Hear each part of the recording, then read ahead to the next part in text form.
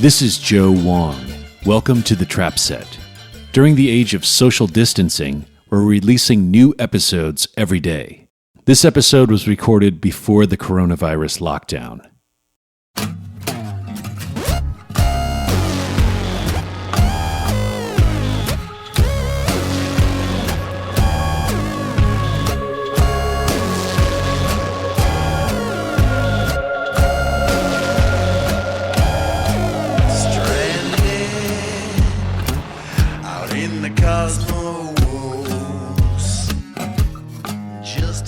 Today's guest is Matt Sharp.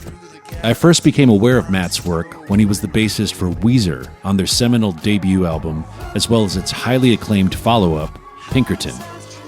For over 25 years, Matt has also been the driving force behind The Rentals. For the band's upcoming album, Q36, Matt teamed up with musicians including the Yeah Yeah Yeahs' Nick Zinner and drummer Ronnie Vanucci of The Killers. Over the course of the past several months, Matt has been releasing singles and teaming up with multimedia collaborators via the HITRECORD platform. Q36 is slated for a June 16th release. We started our conversation talking about the album's producer, Dave Fridman, with whom I also recently mixed my upcoming album. I spoke to Matt in Pasadena, California. When NASA lost its funding from the Congress, they forgot about little old Steve. So I was just in Fredonia by myself with in the studio with nothing to do, and I remember asking him all right, I had to just figure out how to kill time, and I was like, well, maybe I can just go for a jog or something like that, and he's like, well, there are some ravenous dogs that are wild dogs that are out there, so I don't know if that's such a good idea. And we just had a bear sighting and, all this kind of stuff. And so I was like, oh, okay. So I was really anchored to the place. I had to rent a car, so I would go to the local college and run around the track, yes, or whatever.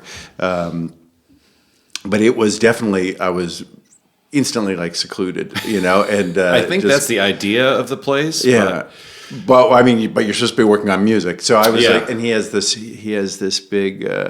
Since you've been there, he has a big laser disc collection. Yes. So I was getting into all these movies that I'd never seen, Dirty Harry movies and stuff like that. The Thing, I watched The Thing. I'd never really seen The Thing, the original one, and so I spent time killing time, mm-hmm. And then we did basically the entire record. But there was a couple things that on my end I didn't kind of put him in the best position to succeed, or however you frame it. So I felt that I had sort of let him down on just the clarity of the arrangements and stuff like that. So I came back to LA, worked on cleaning things up and kind of refocusing these two songs that were really important to me to be right. And so then I went back, and it was full winter, massive snow storms or whatever. And so we were landlocked then as well, not by bears. Well, I guess by bears as well. The bears probably hanging out in the snow. But so whatever. So it was, and that time I felt was so fun and more. We just knew each other, and we'd worked with each other a long time ago on Pinkerton, right? Yeah. But I barely remember working with him and what we had done. He remembers it much clearer than I do. We were just finishing that record. We had already spent a long time on it. Most of my memories of Pinkerton are with Joe Barresi, if you know who he is. He's an incredible engineer. And I think we kept making references to Joe about we would like it to sound like this particular Fridman thing, and I think we kept with probably it was a Flaming Lips references or something like that we were, and you can hear that in that album, the sort of desire to be in that sort of dirtier world or something.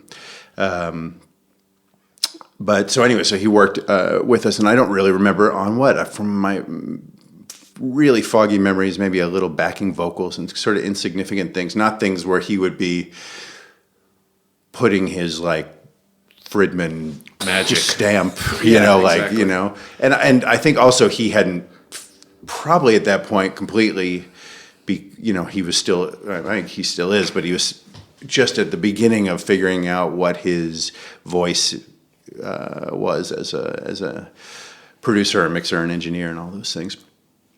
Anyways, when we went back for this during the winter, during this big snowstorm thing, it must have been right around Thanksgiving.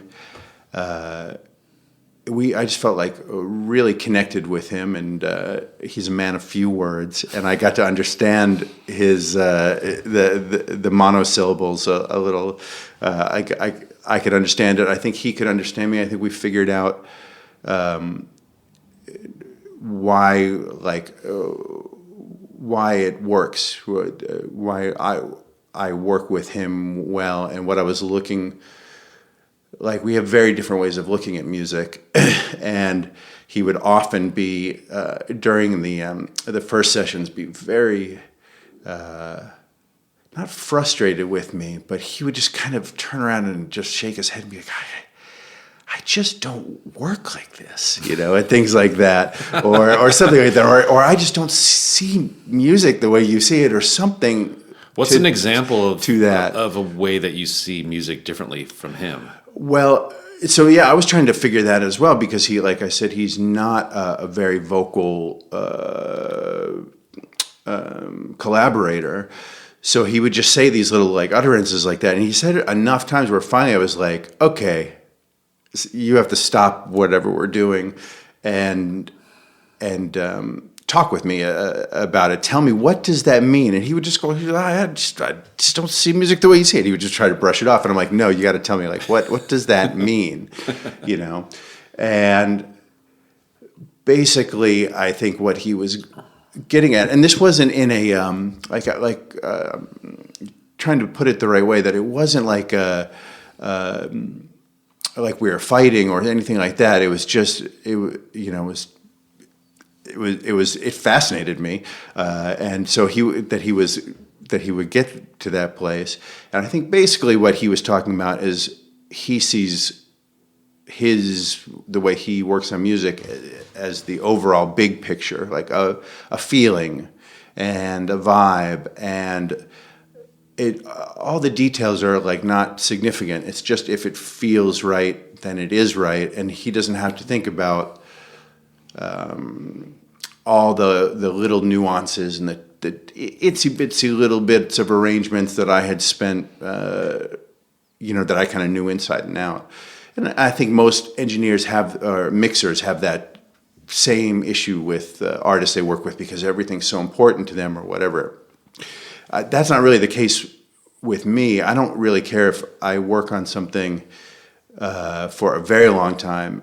If somebody shows me that it's not the right way, or those things don't need to be there, I'm happy to just go, okay, bye. You know, when you work on something for a long time and get really granular with the details, do you sometimes lose touch with the kind of visceral feeling from when the song first comes about? Well, I mean, so anyway, so in the discussion with Dave, that was when he explained it to me, that I was really picking out very specific things that I wanted to hear, and those things, were important to me, or whatever, or that's just the way I see the arrangements. I hear the arrangements very specifically, that this thing enters at this point, and like I said, I can get rid of them, and I haven't, if it's going to elevate the music, but I definitely have an opinion about it. And so when we got to that point of that understanding of, okay, I understand what you're saying, and the thing that I told him at the time was, if I saw music like you see music, there'd be no reason for me to be here, because I would just make it that way. If I looked at music in a big overall, just a feeling, just a totality of it, then I wouldn't be coming to you. And if you were a mixer who thought in those itsy bitsy details, there'd be no reason for me to be here either. Right. So I really think, for me, that's why it works, because we're both looking at it so he's taking care of one part, and I'm taking care of another aspect of it. I worked on the second Rentals record, about half of the album, a record called 7 More Minutes. I worked with Paul Colderi and Sean Slade, who did a bunch of things with Radiohead early on in their career. They mixed the bends, and they would just split the board in half. It's like a real visual aspect of that, a representation of that idea, that they would split the board in half, and Paul would work on just like the really the bones of the thing, and he would work on the drums and the bass guitars and the main like rhythm guitars and everything that kind of gave the song its like scaffolding and structure or whatever. And then Sean would be, or I might have this vice versa, I can't remember. Sean would be like with the atmospherics and creating the mood and kind of doing and they'd split the brain a little bit. So they were both, you could speak to them individually about, okay, this is, I wish this was more aggressive or something with the person that's dealing with that aspect of it. And with the more dreamy elements of it, you could have two different discussions. You know? And in a way, that's how Dave and I work, but more with a sense of overall feeling and detail, or something like that. For me, it was an exercise in trust and surrender, and just trusting that he was the right person for the job and letting him do what he wanted to do. Yeah. Which was a little bit challenging, but I think it turned out really well. Sure, because he's a force of nature. Because he's a genius. And also, when I'm working for somebody else, I want to be able to show up as the best version of myself. I want to feel like I'm being hired to do what I do, rather than being micromanaged.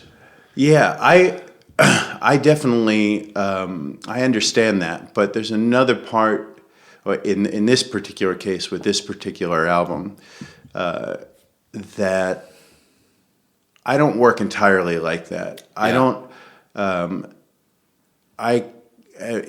With him, I knew that I had to be at a certain place. Like we had talked about it for, like not consistently, but occasionally we would touch base with each other and say, someday we got to do something together.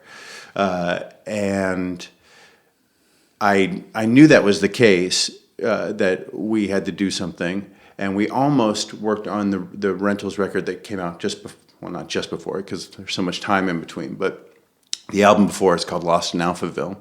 And I recorded most of that record, engineered most of that record, and I know now that I wasn't strong enough to work with Fridman at that point in my life, and that I needed to have a certain sense of self and understand who I am as a person before I walk in the room with him, because I know we're going to go to battle, and I like it, and I mean I'm there for a little bit of that,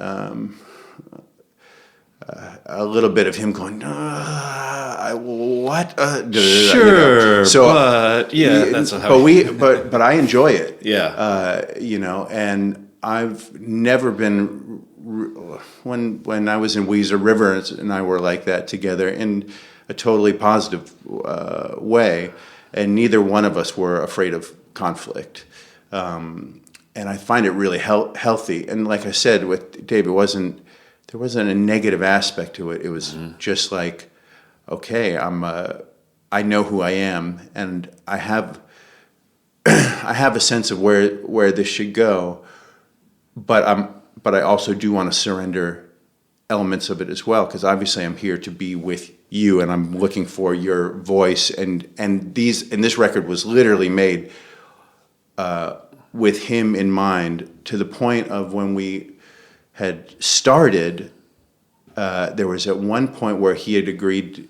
I basically told him I'm making a record with Nick Zinner, and it all takes place in outer space, and he just said, I'm in from that. And he hadn't heard any music or anything, but he said that whatever, that was enough for him. He's like, I'm in. And shortly after, he realized how, he's a workaholic, so it's like how he realized how long he was, how many projects he had in front of him, and how long it was going to take to clear enough space to work together. And I was also, wanting to be in the room with him, and that adds another element. So he couldn't do it sporadically in between projects. It would have to all be done in one big sitting. And so he called me. I got a call from him, and it was the girlfriend calling to break up with you. I don't think, I don't think that I have enough time to do this. And so I sent him a song that is the next song that we're releasing.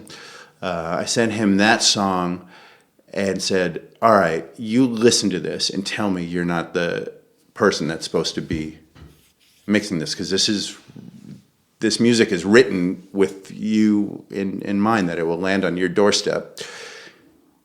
And so I sent it to him. He listened to it, and he called me back and said, yes, I'm in, but still, it's going to be for whatever. And I said, well, it takes me forever to make an album, so I will probably be wrapping up after your time. But even if I essentially told him, wherever we finish, I know when things are complete, and when it's complete, if it takes another year or another 2 years or 3 years or whatever before you mix it, I don't really care. Well, I'll just move on to something else and mix or record another record or do whatever, do some one-off collaborations with friends or something. But essentially told him, take as many projects as you want, and this record's meant to be with you.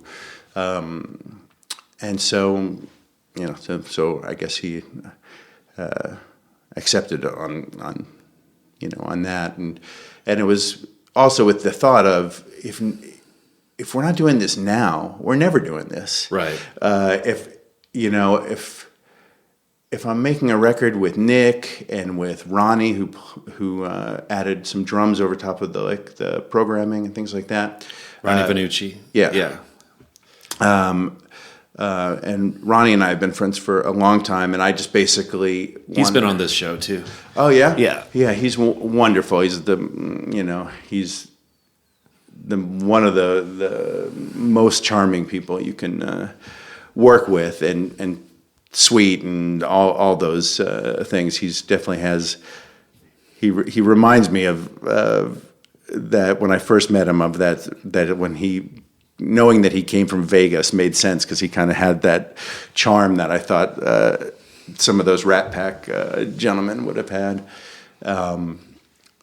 Anyways, but if I'm making a record with Vanucci and with Zinner, and where this is like, if we're just done this record, like if it's not this record you're working on, what the hell record is it going to be? Right. He and as well, being that it's a conceptual record that kind of all lives in outer space, which is in his completely that's his world, and that's so yeah. Anyways, whatever. Are you happy with how it turned out? Yeah. I'm absolutely loving this process of the way we're releasing it. it's such an interesting way to share it for me, because it's like, I think if I had just made the record and put it out, just like as you normally do, you kind of have your talking points or your idea of like how you're framing the record for people when they first listen to it, and it's usually, you have to sort of condense it down and say, well, it's kind of about this, and boom, and that's your one moment to share this, to frame your record, and just, like a trailer for a movie or whatever, and say, this is what the movie's going to be about. What's cool about this process of where we're releasing one song every 2 weeks is that I'm collaborating with people during those 2 weeks and leading up to those 2 weeks around any one of the songs. And there are little thoughts and stories and situations that are coming up that would never have come up if it had been just, here, I want you to ingest this full 16-track double album. It's like, instead there's each song we've released, I could go into, any song by song of any of the ones that we've released, and there's like some weird little situation or story that evolved from that track. And it's cool to be able to, in real time, sort of like share that with the people that support us, and So let's go back a little bit. I read that you were born in Thailand and then you moved to Arlington shortly after that. Yes. Did your parents work for the government? Yeah, not directly for the government, but my father worked for a company that was contracted by the government, and he would basically interview like insurgent fighters that were in prison or in the fields, and like do a series of interviews. And he did that for about 4 years during Vietnam, and we left about a year after I was born. I think we probably left in 1970, but he was there from 66 to 70 with my mom and my sister. My sister was born in the States, and then as soon as she was born, they moved to Thailand. And so he would go out into the jungle and do interviews, or go into prisons and do interviews, and I guess kind of bring that information back to the government of saying, well, this is why these fighters are fighting or whatever. And from what he told me, most of the time it was just they're bored, they're hungry, or it's a job, it's something to do, it's something to get me out of the house or the hut or whatever the situation was. This is like, and it wasn't that it wasn't so much based in ideology of where we're fighting for this purpose, or it wasn't such a condensed thing that's what you would think it would be. It wasn't an act of necessarily a passion, and it was often an act of boredom that these fighters were fighting, or like I said, like because you get meals every day or whatever it might have been. So. Yeah, I mean, I wonder if you were to interview American soldiers, if the responses would be similarly devoid of ideology. He definitely gave me some stories. He's no longer alive, but he definitely told me stories that were straight out of the way that you think about it from Apocalypse Now, like some of the, one like army barracks that were turned into, like they got all this casino equipment in, so they would have casino nights, and it's sort of, the idea of importing, that were in there for the long haul and were there for so long that they're sort of importing the culture of, and trying to act like they're not where they are, right? Mm-hmm. So trying to pretend like even though they're in Thailand, they're actually in Las Vegas or whatever, So that was, and so that's one of the things to think about. That I know that the company that he worked for bought him. My mother and father both grew up quite poor, but the company that he worked for bought him a Mustang, and they flew the Mustang over to Thailand. So he had this Mustang that he got to drive around Bangkok, which is it's just a beautiful thought of what the 60s, what your idea of the 60s would be like or something, and so that's one of those things, it's another version of that where it's so funny that, okay, you're driving this American car in this foreign country, you're going to this casino or something like that, and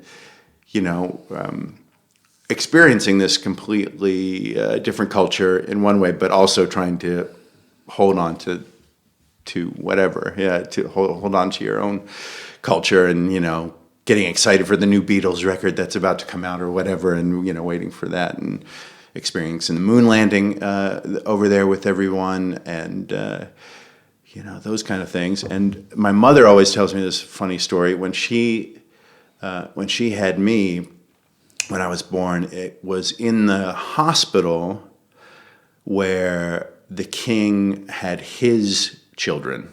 So it was with the king's doctors or something like that. So they're really the best care. And so she told me that she was in the hospital after she had me for 2 weeks. And they, when she left, she didn't want to leave the hospital looking a mess. So they took her to her hairstylist after being in the hospital for 2 weeks, not from any complications, just from I don't know, whatever, just really being really luxuriating and take your time and sort of in this thing. And she went to a hairdresser, and they got her Jackie Kennedy haircut or whatever, and got her looking good, so she could then come pick me up and kind of exit the hospital looking, dressed to the nines with a new dress and a new hairdo and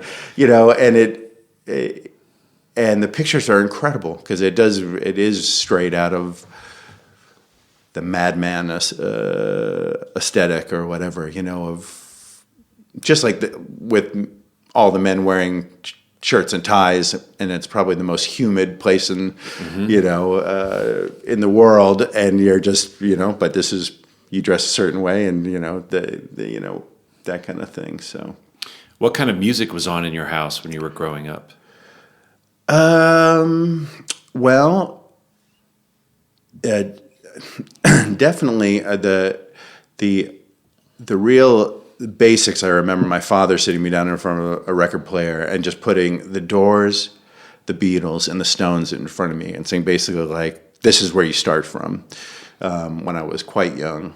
And all that, the Beatles stuff, especially Sgt. Pepper, was so colorful and for a little kid to it's essentially like a cartoon when you're thinking about it. You're sort of it's really easy for a 6 or 7 year old kid to have their own thoughts and imagination about Lucy in the Sky or any of those kind of Penny Lane or whatever. And I used to. They had one of those those beds with the long posts, and then you could take the top of the post off with a little crown or whatever it would be at the top of the post, and you could take it off and you could hold it like a microphone. It kind of looked like a microphone. So I can remember doing a lot of bouncing on their bed, singing Beatles songs or whatever. Those are sort of my earliest memories of that. And I was just visiting my mother. She lives in Colorado now. And I was just visiting her, and my girlfriend and I were sleeping in the guest bedroom, and I was like, looking around and like looked up and was like, oh my God, I'm in my parents' bed from the 70s. She kept it. Yeah, everything. I mean, she remarried. My parents divorced when I was 9 years old or so. But she has all of the furniture, and it looks brand new. She's one of those kind of psychopaths. And where the dining room table is the same dining room table that I had dinner on when I was 4 years old or whatever.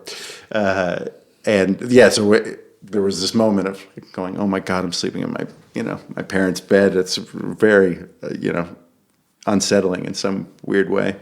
Why was it unsettling? I mean, that's where your parents were doing it. From whence you came. Yeah, something like that. I think I came. I don't think they shipped the bed from Thailand, but they shipped a Mustang over there. But they shipped a Mustang for sure. Do you remember the first records that you bought with your own money? Yes. The first. I've told this story a lot with friends, but the first record I had to buy was a project. So it was like it was in my elementary school, and for gym class they had skating day, and everybody was told to bring in one record to skate to, as like a homework almost. Like go find a record and bring it in, and we'll skate to that. And I bought "Freak Out" by Chic, and a perfect skating record. Yeah, and so I was the only one that did the assignment. So I remember the record store that I went to. I can remember digging through the singles and getting that record because it was huge at the time, and I think it was in a very plain. Kind of with these covers that just basically are about the label. It was probably Epic or something. And anyways, I brought that in and we put on that song and then realized that nobody had brought another album or single or whatever. So we skated to Freak Out for whatever the length of the class was for 45 minutes straight, just all right, do it again, freak out, freak out. So that's funny. So that was my very first thing like that. And then my second record that I ever had was I won it on the radio. I listened to some AM radio station, and they would do the caller number blah blah blah blah wins this whatever prize, and I used to always call in and never win. And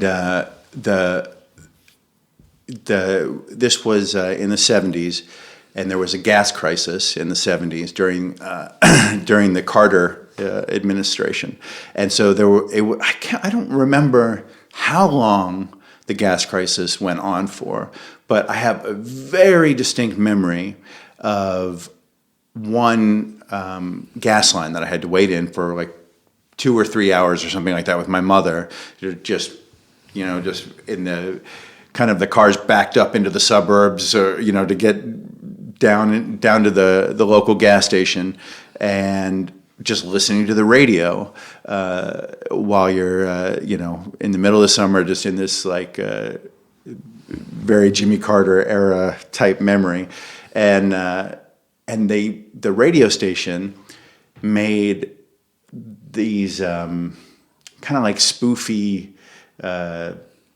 things where they would take hit songs and act like they were interviewing people in a gas line, and so the guy would say ma'am, you finally made it to the pump. How do you feel? And then they would cut to 2 seconds of "You can ring my bell." Oh yeah, ring my bell or whatever. And then it'd say, "Sir, you're at the end of the line. How do you feel?" And then it'd go, "Help, I need somebody." Yeah. Whatever, and like that. So it was a spoof thing, whatever. Interviewing people in a gas line, and I called when I got home and I won the record, and it was just like, Mom, we gotta go. And went to some, just nondescript building that was not romantic in any way, just like some office building or something. And I received this, that single with the DJ's autographs on it or something like that. And didn't get to go into the radio station or anything, but it felt like, whatever. Like back when DJs were celebrities. Yeah, I'm sure I couldn't even understand what was. I think I was too young to really understand what a DJ was or what was really going on. It's one of those things where you are so young that you participate in life, but you don't really have an understanding of what it is. I used to call in and request songs all the time when I was a kid. Yeah. What? Just on like classic rock radio like stations. What would you be requesting? Like Led Zeppelin or something. Mm-hmm. Just to hear my little voice on the air. And then I would tape the song off the radio if I didn't have the album. But did you get to tape yourself actually being on the radio? I think I did that at some point. Yeah. That would be worth having. They would record it and then play back the, request an hour later or something like that, depending on how many were in the queue. So when did you feel like you could participate in playing music rather than just consume it? Oh God. The two memories I have of any participation with music was this is so a sign of the era I grew up in, but we had a little cassette recorder. Which was probably like a new thing at the time. That it was like we also had like an old reel-to-reel, so it never worked. I don't ever remember it working, but it looked really cool. That they would make their mixtapes on or whatever with these like big is it BASF tapes or whatever, Anyways, we had this little cassette recorder with a little plug-in microphone. And I remember singing "Suicide is Painless" over the MASH theme. So like the TV show would come on, we're like, okay, go, and like the do do do do do do do whatever that's playing in the background, and we would, I don't know how we got the lyrics, but we would be like singing like "Suicide is Painless," like try to get like the mix of the TV playing the arrangement or the score or whatever, and then we were like a friend of mine would try to be like sing "Suicide is Painless" into this thing and try to get like a blend of it or whatever, which is like a homemade karaoke system. Yeah, but like I don't understand how we would have even known because I don't even understand how we would have like researched like what is that song, what are the lyrics, but I do remember singing "Suicide is Painless." You think you made up the lyrics, like other than the chorus? I have no idea. But I just remember trying to do that. That being like the first of like, oh, this is recording, and this is like, okay, wait, and like take off the pause or whatever it was, and it's just like so perfect for the '70s because the '70s were so fucking bleak and dreary, and everything that every television show you watched or movie you watched was just dark and dirty and like kind of sepia toned and just sort of grimy, like everything was like Chico and the Man, and it's like, okay, they're working in a garage. Freddie Prinze Jr. is working in a garage with Scatman Crothers, and it's just like this long credit sequence, kind of like Taxi, where they're kind of going through the grime of the city, and and then, oh God, we watched this show Fish, which was like took place in a police department, and it was all like almost like a stage play, but just like, oh, there's just hookers and drugs and things, and there's always like a lesson to be learned, and all, even the comedies were all like taking place in impoverished areas, and it just the community banding together and all those kind of things, and Good Times and the Jeffersons. Jeffersons. I mean, and Jeffersons was more like, oh, this is actually starting to get a little lighter, right? Because they're like they've they've moved on up. But like so many of the shows, everything was just like Sanford and Son. They're just junk guys. Living like in a junkyard house, right? And so everything was in that zone.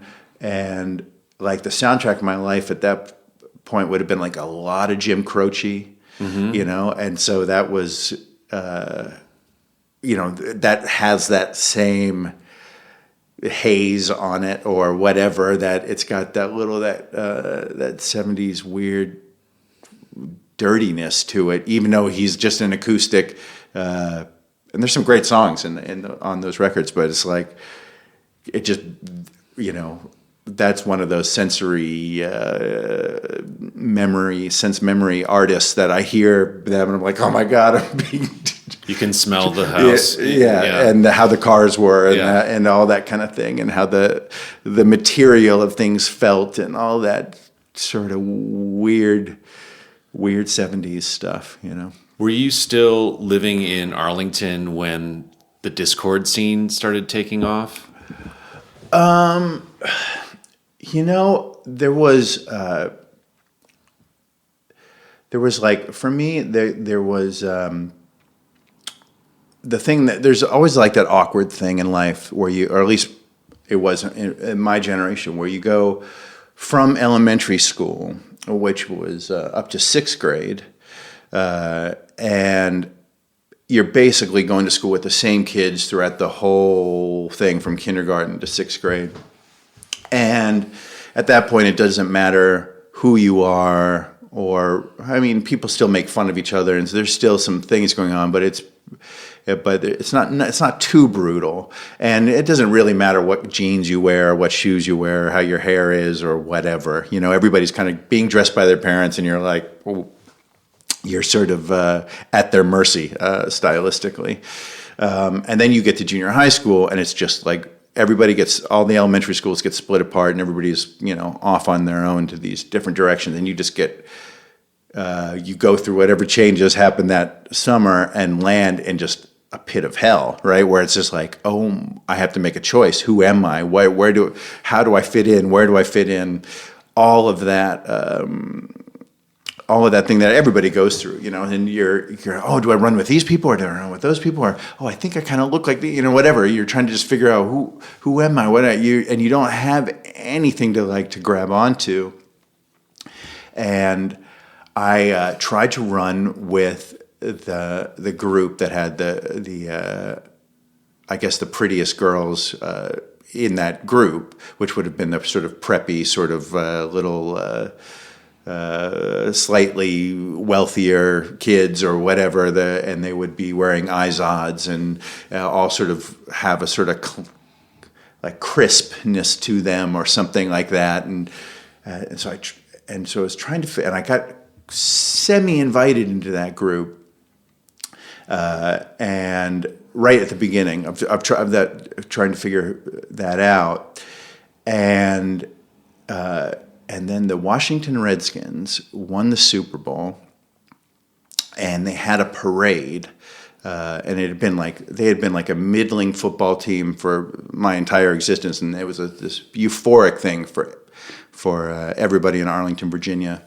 and everywhere in that area. And so they were having a parade, and it was in the middle of like the winter of ice cold, you know, probably just a brutal situation. And we were all supposed to meet at a pizza joint and then go together to this parade, because they actually let the schools out so everybody could go to this parade. And the leader of that group told me, "You're not like us. You have to stay back. You're not. You can't. We've decided you can't run with us, essentially, and you're just different than us. And you're not whatever it might have been. But I assumed it meant clothes and money and all that stuff, you know. And it just left me rudderless, you know, and just completely feeling things that you just had never felt before. Like, oh, what is it like to not be embraced in some way, And I remember it being really brutal. And the first junior high school dance comes up, and in the middle of the dance, or they're playing whatever 80s, probably Foreigner or something like that, Bad Company or Boston or something of that kind of era. And in the middle of the dance, this guy walks in, and he has a boombox on his shoulder, and he had just been kicked out of the junior high school for, I'm sure, legendary reasons at the time. I did not know anything about him. He carried this boombox on his shoulder, and he's, just one of those mega do the right thing size boomboxes playing War Pigs by Black Sabbath, and it was louder than the DJ. And he walked in and proclaimed, "If anybody wants to hear real music, I'll be outside." And that was my calling, essentially, at that point of learning what the reaction was to the rejection, and followed him out to a hill.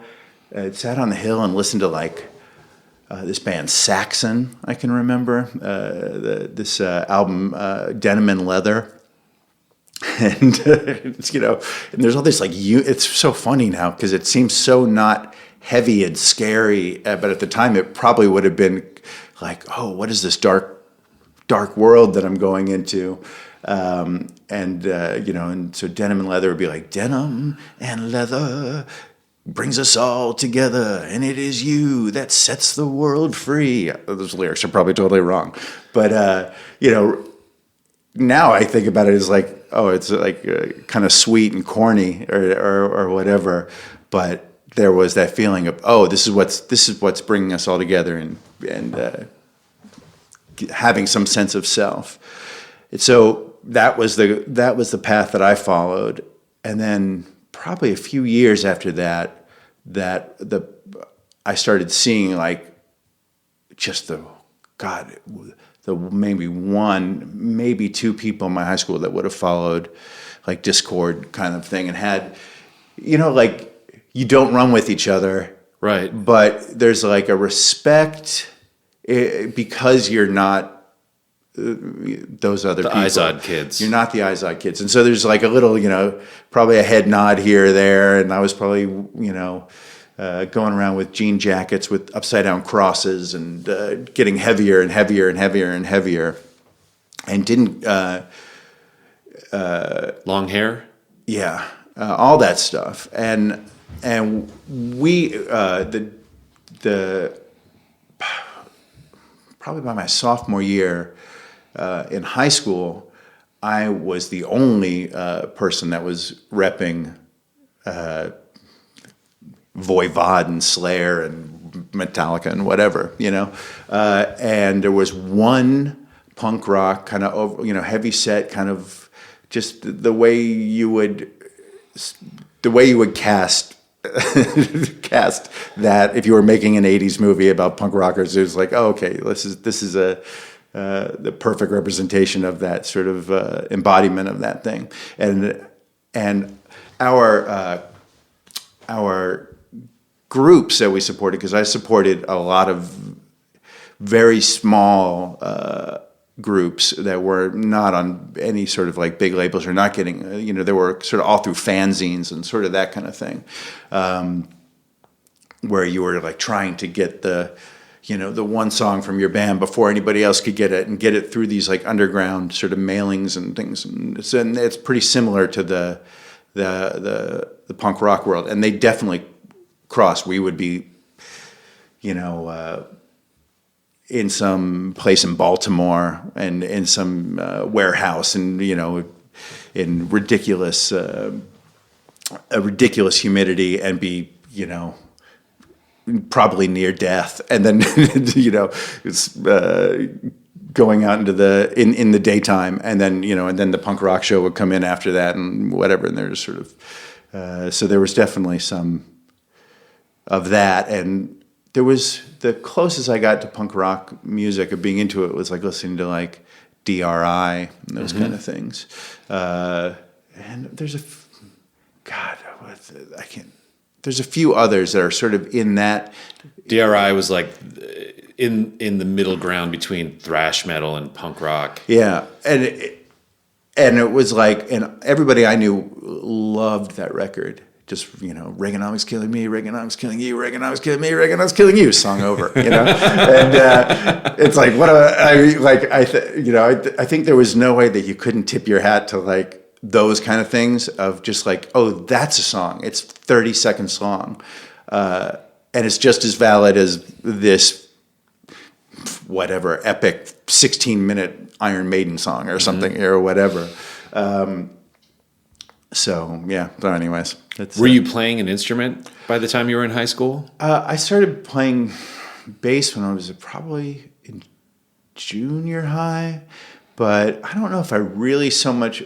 it's very funny. I think I bought a Les Paul, Hondo Les Paul, I think it was called, and I bought it, and a friend of mine came over to the house right after I bought it to see this guitar. Hey, I bought a guitar, and I had never played anything. I hadn't taken a lesson or anything, and I bought it, and he said, "Oh, I have a bass.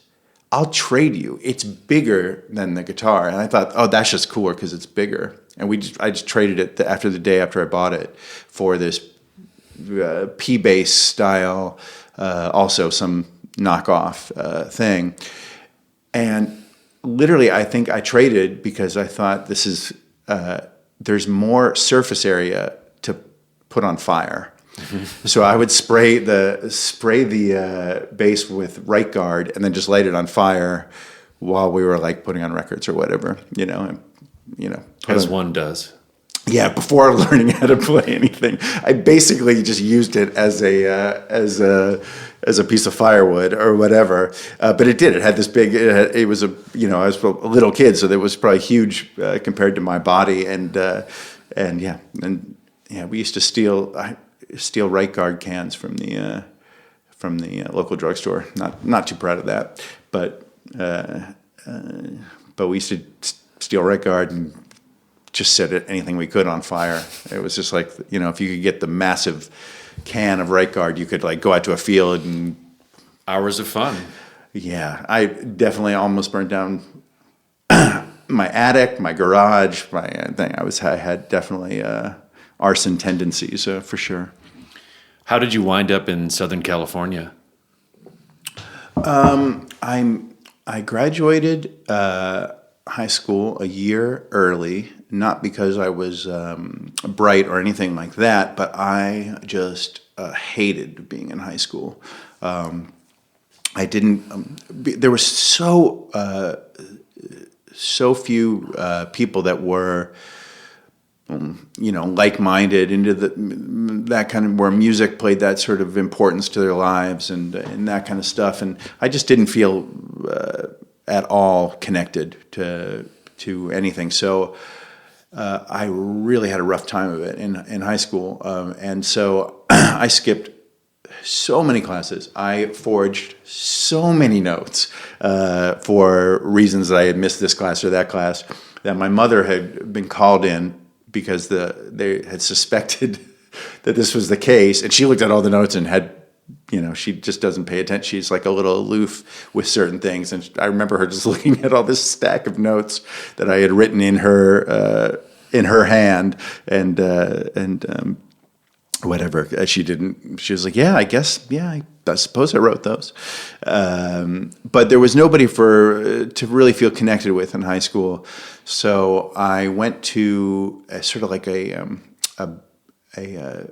I dropped out of high school and went to like a kind of like bad boys high school in the daytime, and then adult education programs at night. So I could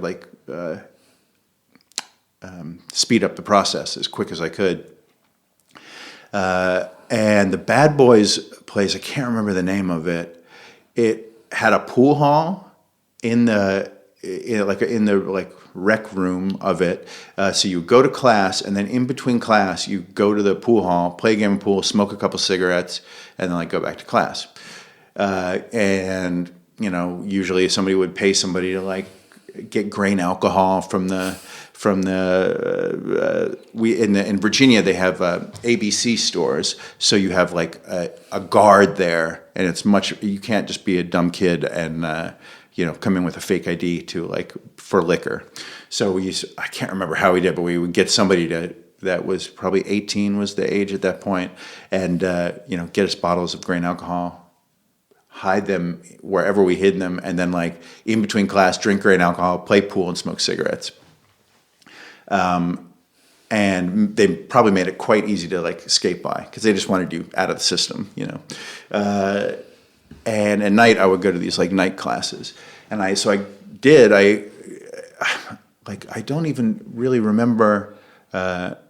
I got a graduation certificate, like a high school diploma, but I could swear that I didn't graduate high school.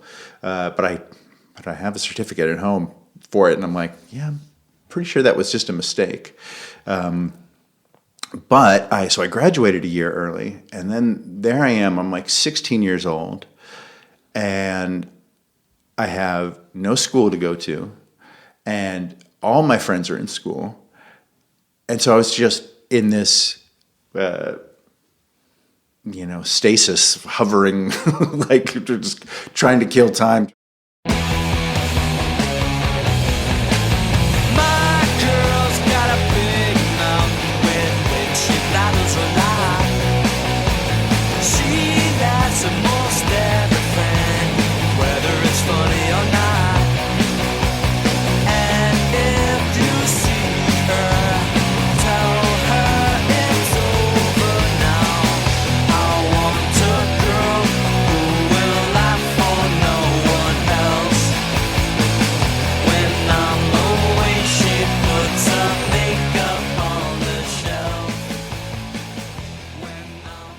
My ambition was to get as far away from home as I could, and not for having a terrible childhood because of my parents or anything like that. It was just the furthest place I could think of that I could actually envision was California. It's like all your mind will allow you to do. I mean, if I could have, I don't think I could have even envisioned what like going to England or Spain or Japan or something would be like. So even though I was born in Thailand, it's when I was a baby, so I didn't feel like an international child or something. I didn't feel like went from like one of the more exotic cities in the world to like one of the least exotic cities in the world, and just straight suburbs. And I wanted to be as far away from that as I could, because it was, for me, I just couldn't dream in the place that I lived in.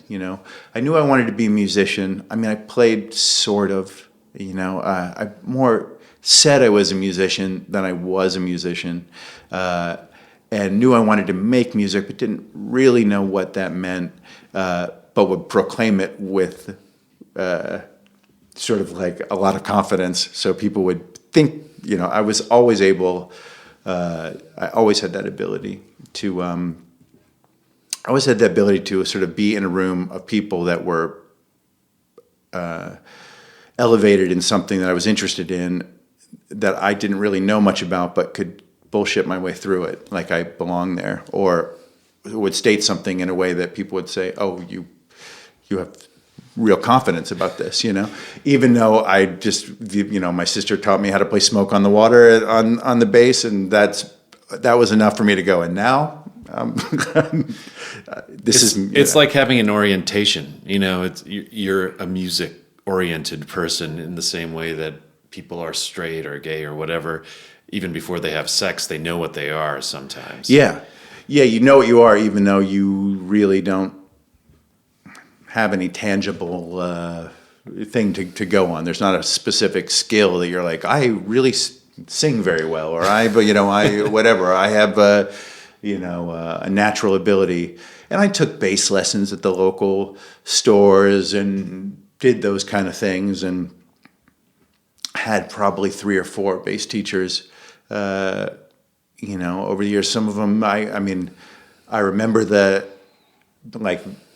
I remember my one bass teacher trying to explain to me that John Paul Jones was actually a better bass player than Geezer Butler, and my mind just couldn't allow that to happen because I was not a Zeppelin kid.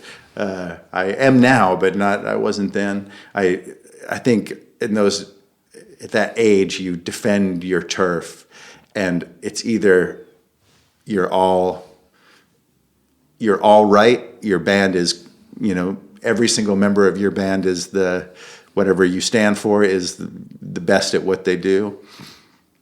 I definitely had arguments in junior high school. I was a Kinks guy, and I decided that I was going to love the Kinks more than my sister loved the Kinks. I was sort of going to take it from her. She loved Ray Davies and told me that he was like a lyrical genius, and I'm not sure I knew what that meant, but it just sounded great that she listens to a genius. So I'm going to love that genius more than she loves him. So I will take him from her, and take the band from her. And that was the first sort of obsessive thing about going to the record stores and trying to buy live records or bootleg cassettes or whatever it might be. And just, I put quotes from him from Circus Magazine or whatever on the wall. And I hated Chrissy Hind because she had left him in their relationship, was something I had read, and thought, well, then if, you're either with us or you're against us, and had arguments with one kid in junior high school who was a Who fanatic and who had just gone to go see the Who or whatever it had been. And I definitely argued all the way through that Dave Davies was by far the superior guitar player to Pete Townsend. And so, because one has to be superior, right? Yeah, that kind of stuff. And I was that way pretty much, until I probably hit my 20s even, like sort of had that weird sort of obsessive allegiance to the stuff that you loved. So you came out here, and then what were you doing in your 20s? Well, I came out here. I moved to San Diego when I was 17. I got permission from my parents to let me leave, and I'm sure they wanted me out because I was they didn't want you to burn down the fucking house. I was a Tasmanian devil. I did all the John Hughesy stuff from Weird Science, where the parents would leave for the weekend, and you have a party of 200 people in the house, and they'd come home early, and there'd be a biker couple fucking in their bed and stealing their rings. Did that really happen? Yeah. Wow. Yeah, I had a kid who I wouldn't even know, because I would just be like, fuck it, like anybody can come and just be arms open to whatever. And the worst of it, of those moments were something like that. Had a rager, and the party went on all night, and I passed out, and I had my father's like 70s waterbed. It became my bed. I inherited it. So I had this whatever. I think of it as like a Dudley Moore kind of waterbed. And my father came home, and I was stone cold passed out. And I had these those, what, I can't think of what those doors are called, but kind of like Venetian blinds kind of style doors. Yeah, like little pocket doors. Yeah, the sliding sort of accordion style doors. So I had really cheap, and my father yelled at me, Matthew! And when you heard the full name and didn't get the shortened version, you knew it was not good. And my father never got mad, which was part of the reason that I was a Tasmanian devil because he could just take anything that it was dished out and stay even keeled through everything. Always talk to me as an adult, never talk to me as a child, kind of thing. But that's maybe not a successful way to be a parent because you just you want to see how can I raise the blood pressure. So he's going, Matthew, get up here. And I'd probably just go, fuck you, I'm sleeping, whatever. And he smashed the Venetian door out and said, you get up here right now, whatever. You have to clean the bathroom that's up here. And I passed back out and didn't know what he was talking about. And some kid who I did not know had locked himself into our living room bathroom, a tiny little, just a stall, sort of little small little bathroom with a sink and a toilet. And some kid had locked himself in the bathroom, and they were trying to get it open, and they couldn't. He had locked it shut. And then he just opened the door. This is all while I'm out of it, completely passed out. He opened the door and ran out of the house, ran into the street, and just ran away. My father went in, and he wrote in his own feces, "Hi, Mom," on the mirror. The kid had. Yeah, he had taken his own shit and, I don't know, had wiped it all over the walls in the bathroom, wrote "Hi, Mom" in shit on the mirror, and wiped. My father liked to keep his college diplomas in the bathroom as a sort of kind of thing that he didn't really care about them because he was. It was like a point of pride, but a way to be self-deprecating about it, or something like that, because he went to he was a very poor kid who brought himself up by his own bootstraps and got full rides to Harvard and Princeton, and kind of took charge of his life when he was And that's how you paid him back, letting some kid write in shit. He wrote shit and wiped his own shit all over his Harvard diplomas and his Princeton diplomas, which is covered in shit. I mean, they were encased in glass or whatever, so they were cleanable. But so he was like, "You get up here, you got to clean this," and I just passed back out, and they ended up eventually cleaning up without me having to do it. I don't know how we got onto that. Well, I was just asking why you moved to San Diego. But that's why. But that's a good. Do you have kids? No. So you're avoiding the poetic justice of it all. Yeah, exactly. No, I thought about that quite a bit. I definitely have those things pretty seared in there of like, oh, I'll get it back in spades. But with moments like that, like with a total stranger in our house wiping his own feces all over my father's diplomas, that made my father very open to the thought of getting me out of the house at a young age, even before I was legal to like live on my own or whatever. So I moved out when I was 17 by having a friend to San Diego, because a friend of mine's mother was moving to San Diego. And I mean, we were fucking nuts when we were kids, but she was crazier. But for just a minute, she got on the phone with my parent and sounded like an adult in the room that would look after us.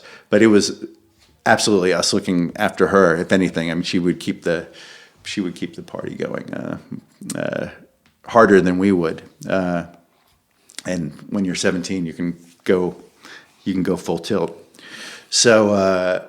Anyways, so that's what got me out here with this a big old bass stack, which like all this like ridiculous equipment and stuff like that, and so sort of that thing of saying this is who I am this thing, but not knowing what to do with it. So that's how I got to California. And then did you start playing in bands out here? No, not really. I played with a couple, like I played with a group called Wreckage, was the name. It was when I was in Virginia, but we never played any shows. I don't think. We just played in my basement, and which I'm sure was just wonderful to listen to. And I don't think we even had vocals or anything like that. And then when I moved out here, it was many years after, but I played with a couple guys, but we never played shows or anything like that. So I never really had a band until Weezer, essentially. How did that come about? Rivers and Pat and I were all looking for a place to live, and we had a mutual friend who I knew Pat a little bit and didn't know Rivers, but we were all looking for a place together, or looking for a place individually, and so we ended up rooming together and renting this. This is one of those things where I can get myself into things that are like above my pay grade. I got us to rent this Spanish duplex in West Hollywood, over by Cantor's Deli, and it was really nice. It was a really nice place. It had, your own parking garage and whatever, and wood floors and high ceilings and all this stuff. But we had no money, so we rented this place, and it was, I think I had envisioned sort of a really like multicultural scene where we'd be having dinner parties and wine parties and whatever, and being sort of faux intellectuals and sitting around talking about Henry Miller and vegetarianism or something, But we had nothing. We had no money. I literally slept on a lawn chair, one of those big long fold-out lawn chairs with the little plastic reeds, and I slept on that for at least the first month that we were living there, because I couldn't afford a bed. And eventually, over time, those reeds they just stretch and stretch and stretch until you hit the wood floor. But we were like that the entire time we were in that place. We had nothing. We had no furniture for the living room. We had no furniture for the kitchen. We had nothing. They had a futon each. Rivers and Pat shared a room. They started a band together called Fuzz, and I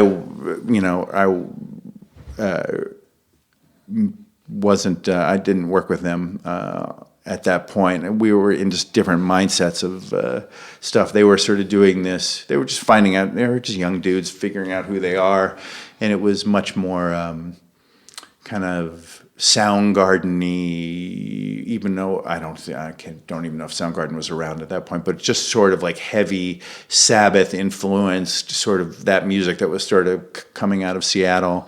And Rivers' voice was very grisly, and he was trying to figure out who he was as a singer. And I had thought, man, I spent my whole life running from this stuff. I'm not ashamed of being into Black Sabbath or whatever when I was a kid, but I was looking to escape whoever I was in Virginia, and looking to find out where my voice is, or what I'm interested in. I didn't know, but that's the whole idea of coming here to LA as opposed to any other city, is that you're kind of open to dream here. It can be mocked for that, and it can be good for that. We all live in our own little bubbles, and you can kind of live in your space and sort of not reinvent yourself, but figure out who do I want to be? What is the thing I connect with? And I went from listening to that kind of music to like going full tilt into The Cure and the Smiths and New Order.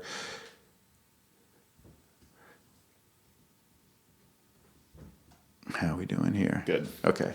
I was listening to all that kind of lighter British music and just learning about it, and and then from there going into the Cocteau Twins and Lush and that kind of music and just getting into that. And the closest connection we would have been the Pixies albums, but that's not what they were doing at the time. They were doing these riff kind of heavy, growly kind of Rivers had longer hair back then and kind of a little bit more of a psychedelic stuff with wah-wah pedals and whatever. And they were trying to figure that out. And I thought, man, I just left all that. That's what I grew up on, was wah-wah pedals and riffs and heavy things and all that. And like I said, I was envisioning having like social events and charcuterie and whatever and pretending, because I didn't go to a university and I have this brilliant father. I've always had that as a thing that sort of hangs over me to right. sort of like. So did you have an inferiority complex or something, or no, but an embarrassment about my own sort of like my own education, So you're picturing yourself kind of surrounding yourself in a salon type environment in the Fairfax district. Yeah, and I could fake it really easy, Yeah. And so or at least I thought I could, and I could be in rooms with people far more educated than I was, and just kind of bullshit your way through it, and know when to not speak about things you don't know, whatever, And so anyway, I was picturing that, and Rivers was, and still is, I imagine, just an unreal student, and he was in community college at the time, uber focused, knew how to be laser focused on whatever course he was taking, and it was something I really admired in him, and absolutely the opposite of me as far as the most efficient way to learn something would be the way he would go about it, and could just take it apart, and as to where it would take me, a much longer journey to end up in the same place, because I never really learned to learn because I'd spent so little time in school. So I, at that point, somewhere in there, I left. I went to San Francisco to live there for a while. I lived above a tropical fish store in El Cerrito because I packed my car. I had this little this car I loved, this tiny little Mazda RX-7, a little 85 black RX-7. So fun to drive. And I used to love to drive really fast. And I would just max that car out and drive to San Francisco at like 120 miles an hour the whole way and see if I could beat like my time to get there and stuff like that. And I moved there with no idea of where to live. Just figured I'd go there, get a recycler, and find whatever. And as soon as I got to San Francisco, it looked even back then it was just so far out of my realm of being able to live there. And I thought my plan was, I'm going to move to San Francisco. I'm going to sell this car, pay off like a year's worth of rent, and then just live off of the car and whatever I envisioned, writing a novel or you weren't thinking about playing in a rock band. I think I had so many dreams of things that were completely out of. They were just dreams, Yeah. So I would think, I can just go there and become a novelist, or another. I'll just work at City Lights and become part of the scene and whatever. Or one of the funnier ones was when I moved up there. Was that the friend of mine who his name's Pat, and he introduced Rivers and Pat Wilson and I together. His name's Pat Finn.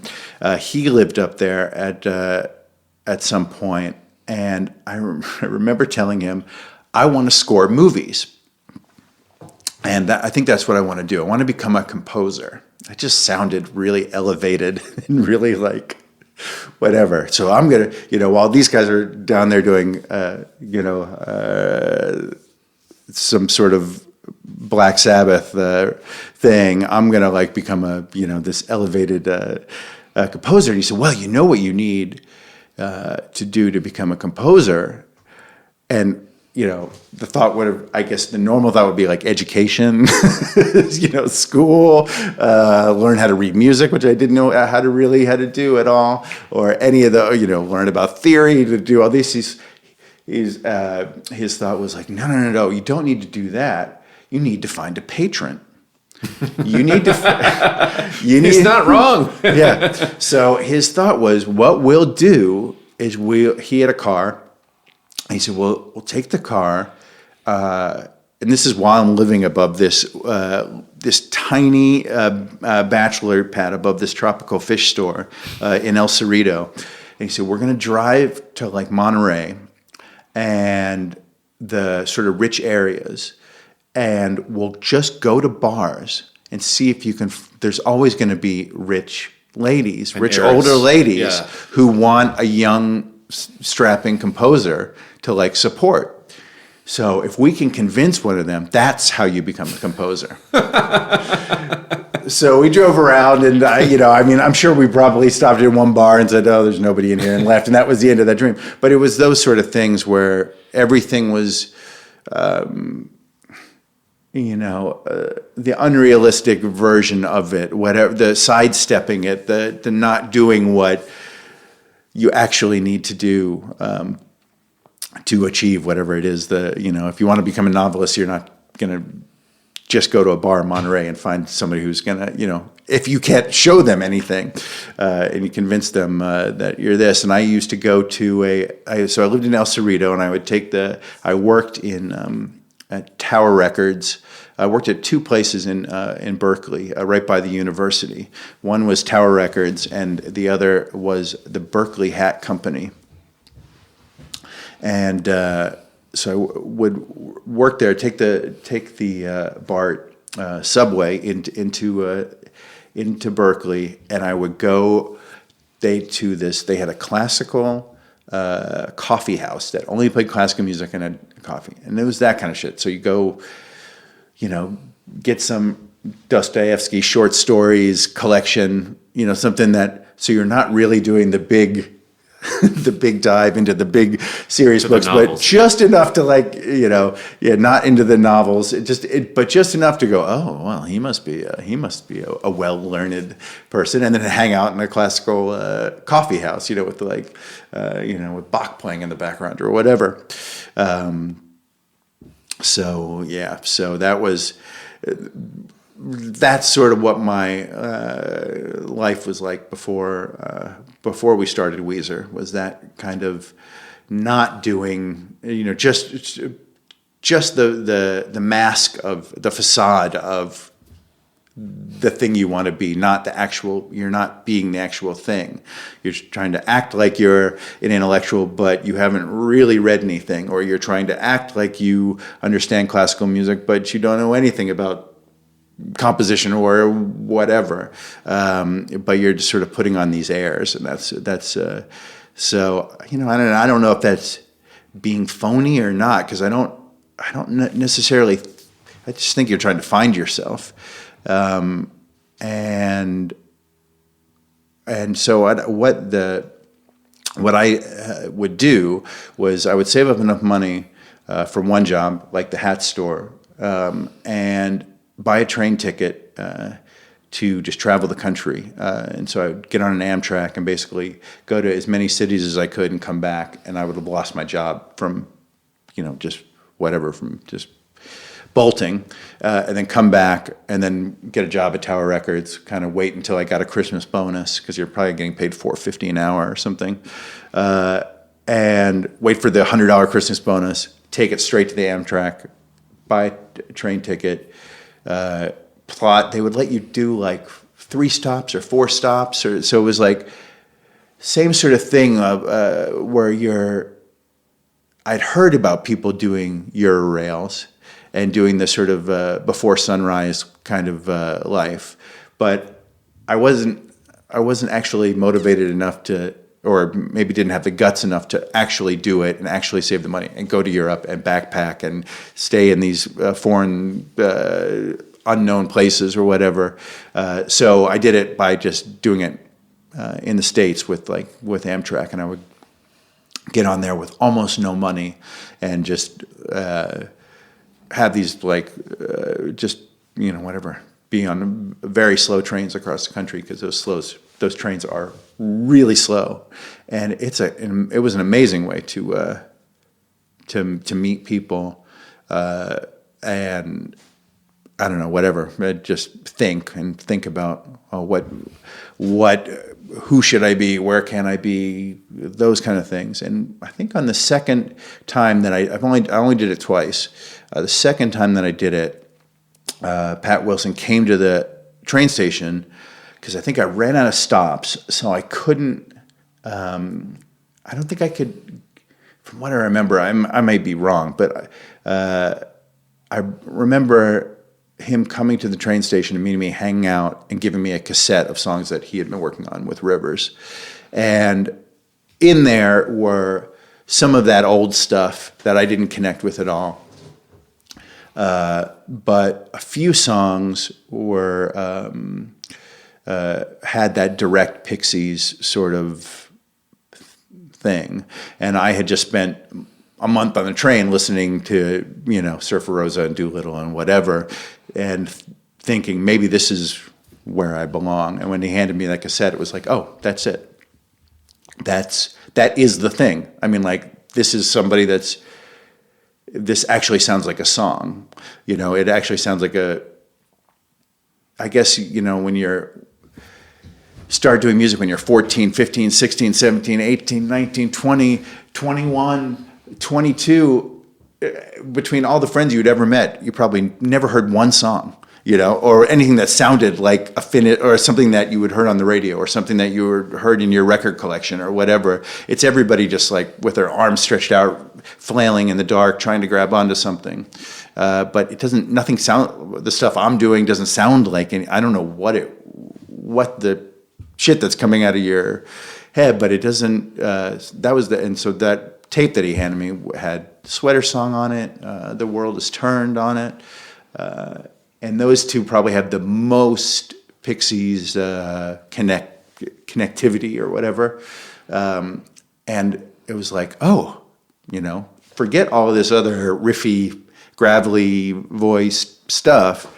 This is it, and he was still singing even those songs with a little bit of he hadn't found his sort of pure tone to his voice yet, but there was something there that felt sincere and it was, and it was, I think, the first thing a friend of mine had ever written that sounded like, oh, I would actually. This is a real band. And I would actually listen to this. Yeah. This is something, it really sounded real to me. And there was probably only 2 songs out of 40 or something like that. But I remember listening to those songs on the train back up to the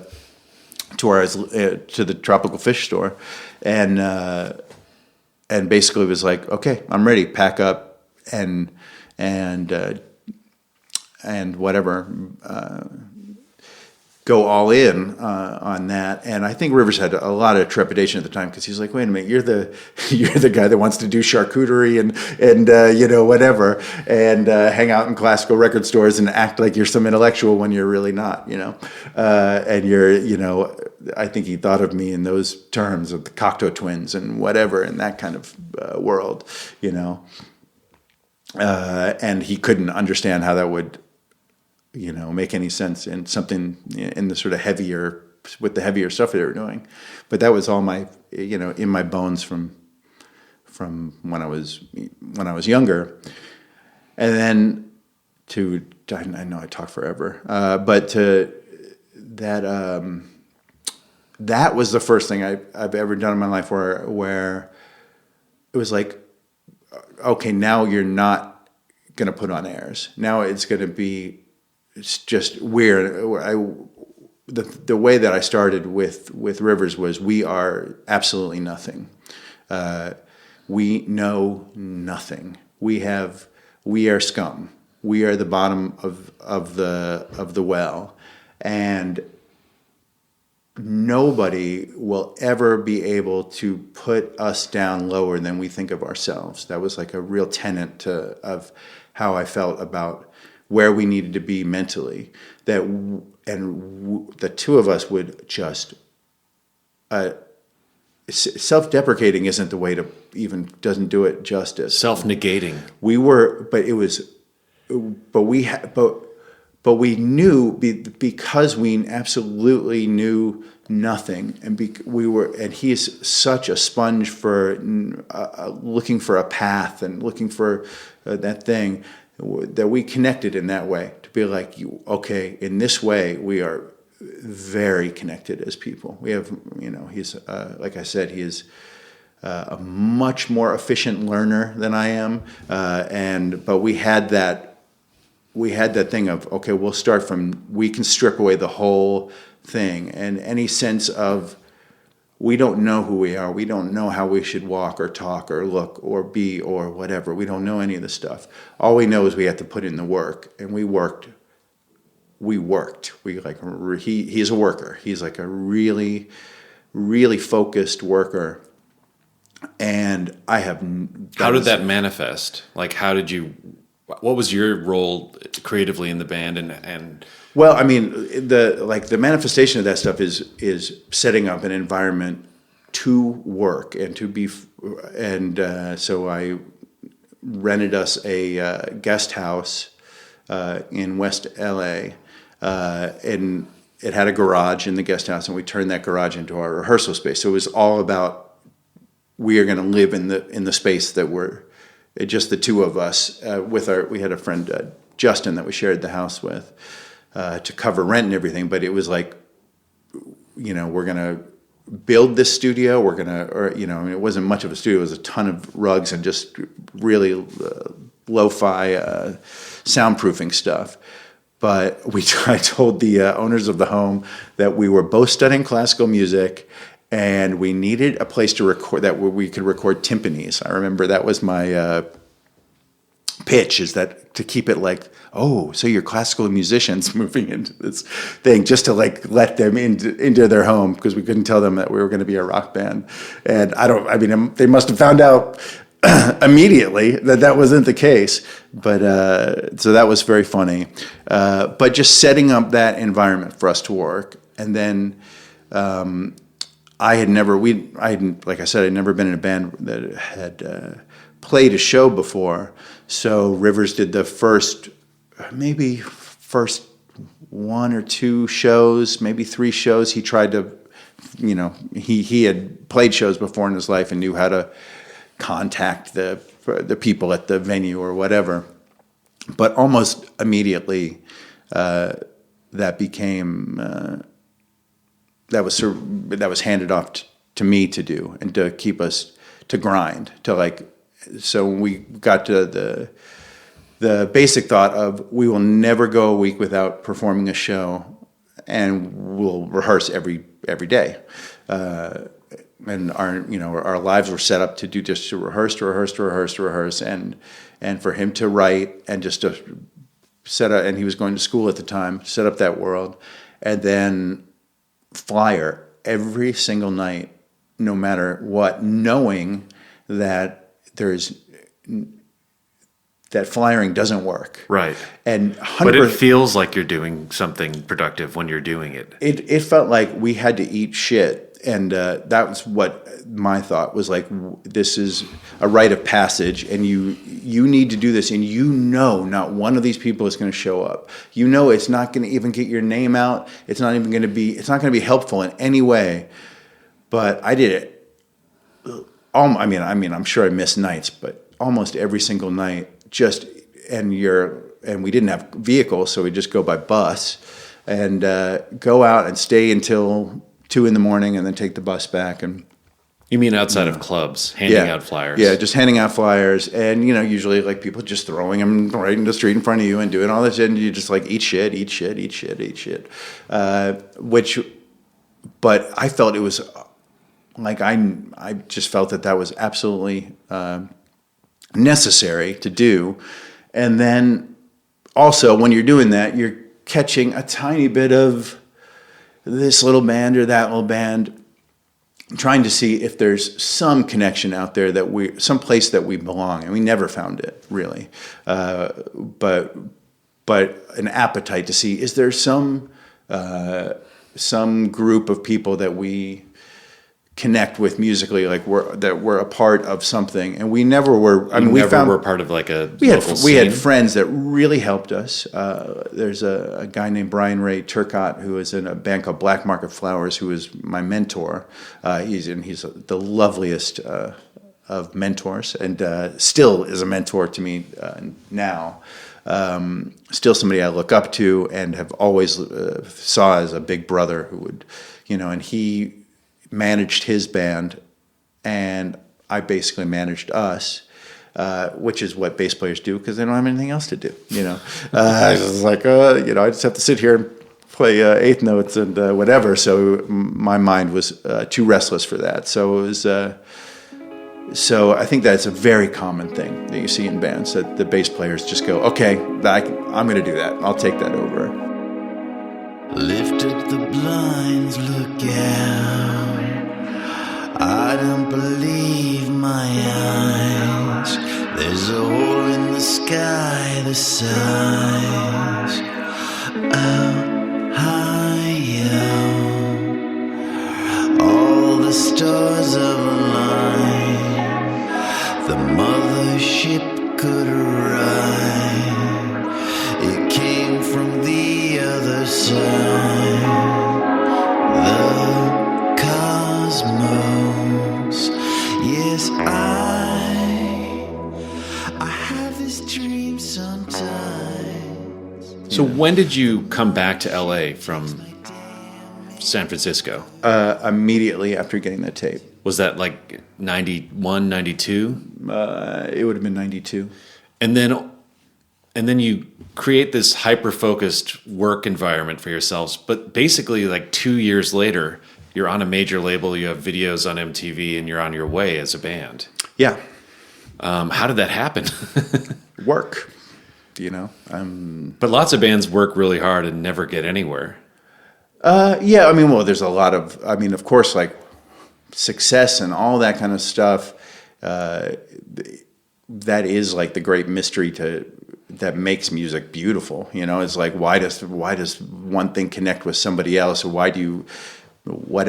does that cassette that Pat hands me, do I feel connected to it and immediately feel like that it's worth stripping everything down and making this the center focus of your life, So it's like, and so whatever that is, certainly record companies never knew what that was. That's the mystery. That's the beauty of it, is like you hear something and all of a sudden you get the shivers, or you get a connection, or you just feel a voice resonates with you or speaks for you.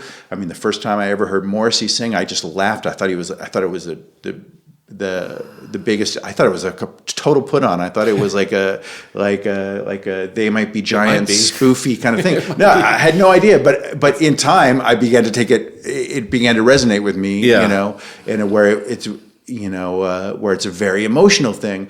And then I spent a lot of time in Spain after the Blue album, and I worked there a lot. I went there a lot. I was dating somebody from there. And you go to any bar at past 4 a.m. and there was just everybody just singing Smith songs, and having no idea what the lyrics mean, or they had no understanding of that they're singing.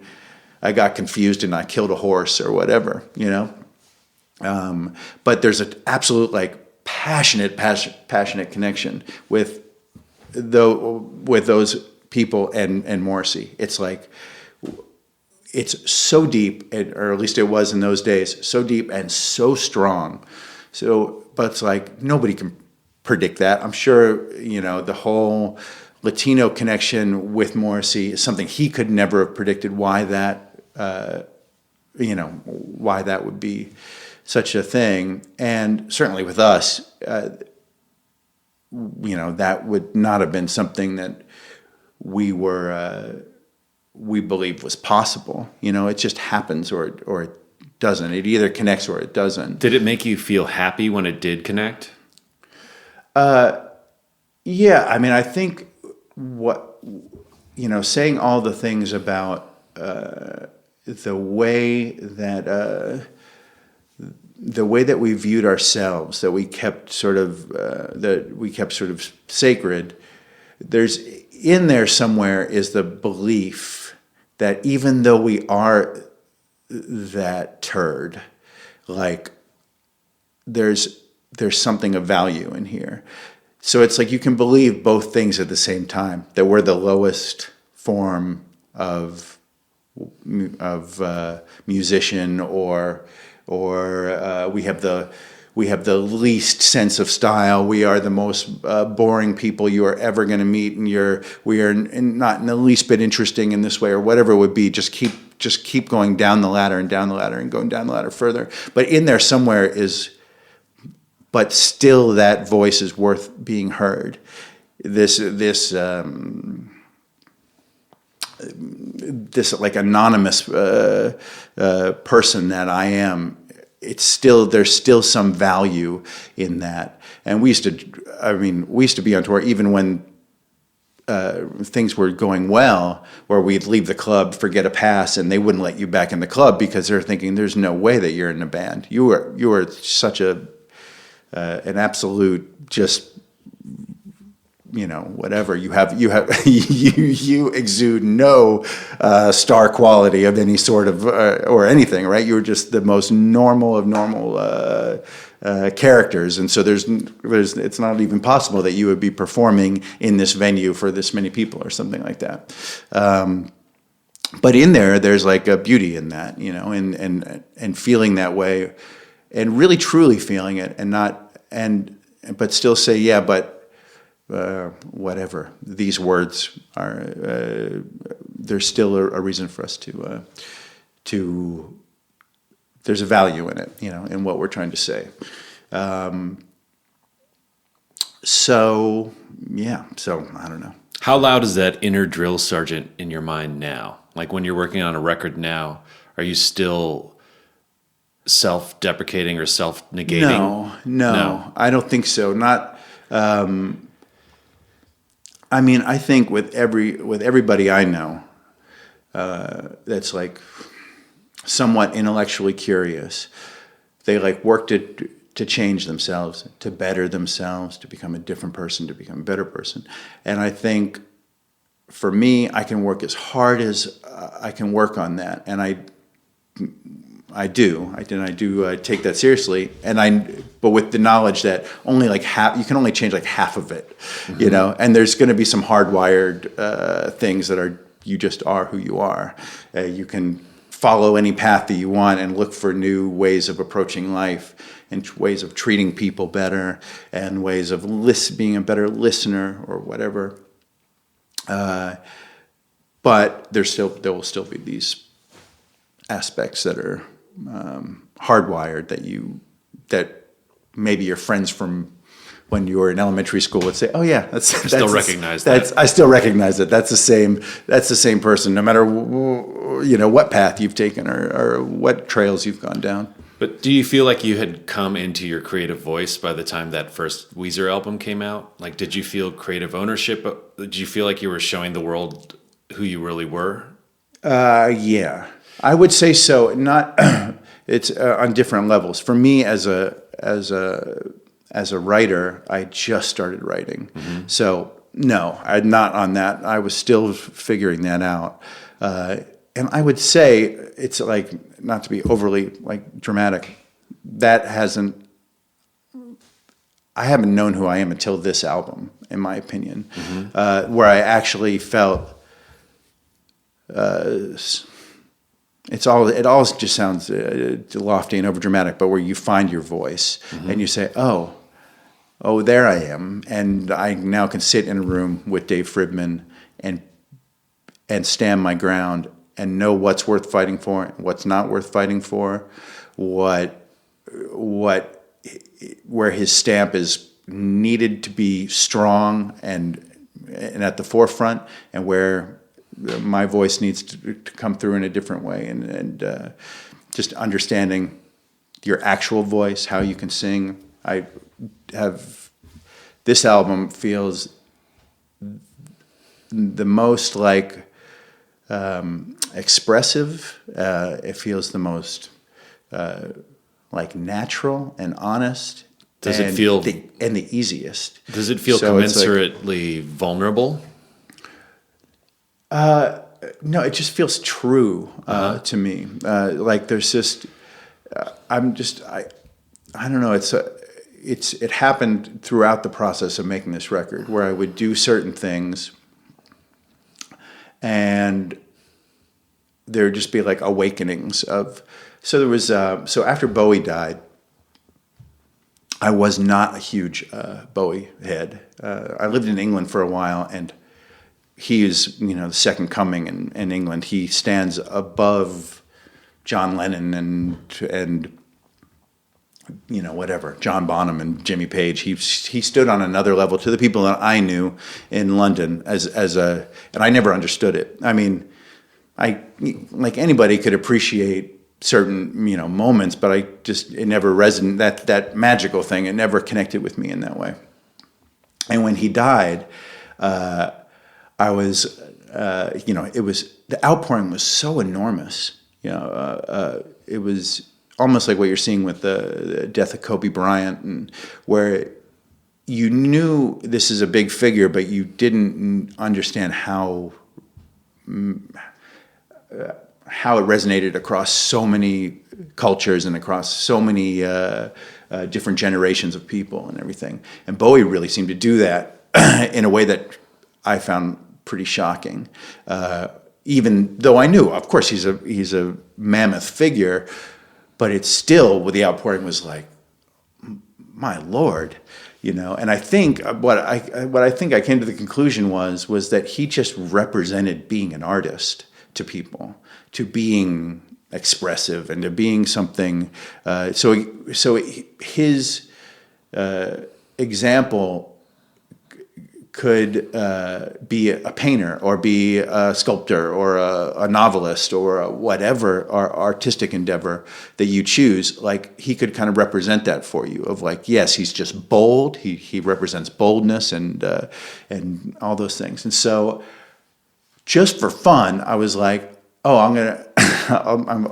today, it might have been a couple days after he died, I was like, I'll just write in Bowie's voice, just for me, for shits and giggles. And that is the song Ninth Configuration, which we released earlier this year. Or I guess now it's 2019. But it's like really like, but the original version of it when I was working on it was super, just for fun. It made me laugh to be able to like just sing in this really, I don't know if I could do it now, but just singing like, "Oh, Captain, why are you?" And this kind of like sort of. I call that that's like his Scott Walker voice. Right, yeah, you yeah. know? Yes, exactly, right? So it's like in that world. But I was doing it, and it was like really silly, but it brought out this song that that's based on this novel, Ninth Configuration, and it just like really, I really enjoyed listening to it, and it kind of brought me to like an emotional place, even though I knew it was like almost like the Morrissey thing, where it's like, is this like a joke or whatever, and.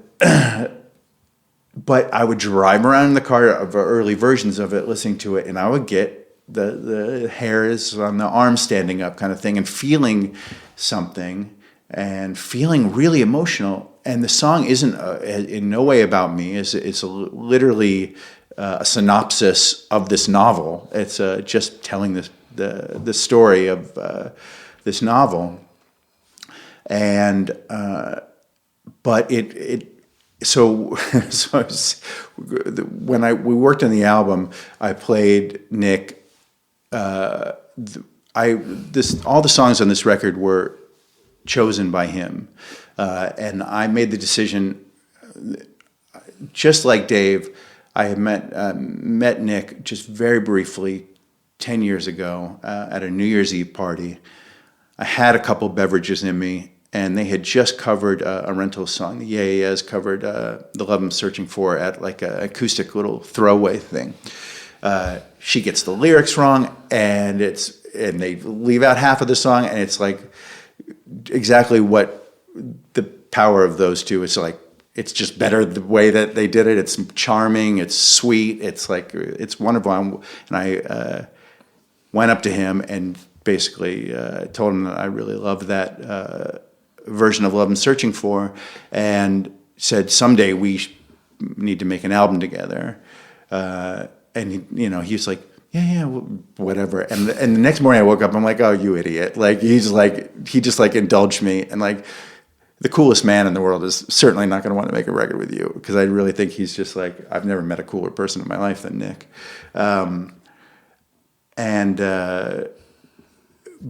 So we had said we're going to work on this album, and when we came to do when it eventually got to that point, I'll skip all that. The story's too long. But when he came over to my house for the first time to listen to some of the music I was working on, we listened to about 25 songs. And I told myself, I'll play him like I had just written 50 songs, and that was the starting point for this album. And I said, okay, we'll listen to 25. And I told myself, whatever he chooses are the things we will work on, because I just want him to be proud of the album and know that he's not having to make any compromises or bite his lip or do whatever. And I'm going to trust in him that whatever resonates with him will be what the tone of the album. So when people hear the album, the songs that have come out so far, and think it's got a certain kind of mood to it that's different, it's because it kind of comes from his taste, I think. So he did that, and and then after we had worked on a few songs together, he came back later and listened to the second 25 songs to listen to. And at the very end of it, I said, oh, and there's this goofy thing, like I'm embarrassed to play it for you because I'm just doing a Bowie impersonation. But I want to play it for you anyways. And the thing that the song did for me, that by being somebody else and by not taking myself too seriously and just having fun and being silly, I found that I was able to like sing in all these registers and have my voice go up in a way that was that I wasn't able to do before, and like. And I found myself just like landing in places like, oh shit, how did I get here? I didn't know I could even be up in here in this zone. And my pitch was so much better and everything. And so it was like, oh my God, I can sing in pitch, and I can sing expressively, and I can sing with power, and I can sing, and I can go from a lower register to a higher register. I have a very limited range, but for me it was, the little things are kind of monumental. But I was being somebody else. And so he heard it and he immediately said, oh yeah, 100%. Like that might be my favorite thing so far. You just have to like dial it back on the Bowie thing and be you, but just sing the song. And it was a funny thing to go, oh, can I even be me? And then you're asking yourself, well, what is me? All that kind of stuff, all that self-investigation stuff. And you start... Me is a transitive thing too. Right. And so you so you start peeling away layers and start dialing it back and you realize, oh, I can sing this song and do the same, start in this register and end up here, or make this leap from this note to this note, or do this, or be this expressive, or be this emotional, or whatever. And I can do that without really going Scott Walker, and going whatever, they crashed into the, whatever that song about the fat man that lives above him, that's in the apartment above him and crashes to the floor below. I can't remember, but that's a insane, one of those insane Scott Walker lyrics. Anyways, but you're doing that full thing, like, oh, you can actually take that off and find your way back and still have power and still be emotional and sing with great emotion about something that's not about you, that's not a direct thing. One of the very first things going into writing the songs that Nick chose from was not one of these songs are going to be written directly from my point of view. Like they're gonna, I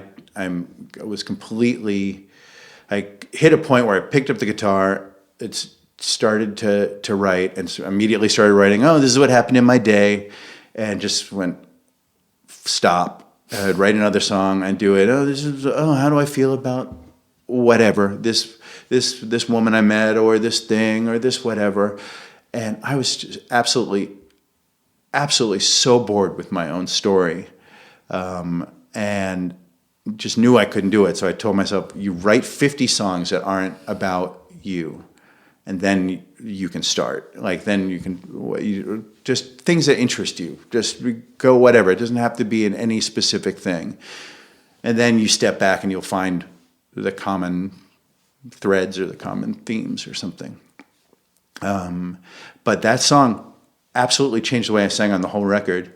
And when it came out, people immediately said, oh, it's a little too Bowie, or it's a little too this. And I don't know, it doesn't make a difference to me. It was like, I was so astonished that Nick, that it connected with him, and that was a vulnerable thing for me to even share something with him where I know it sounds ridiculous and I sound kind of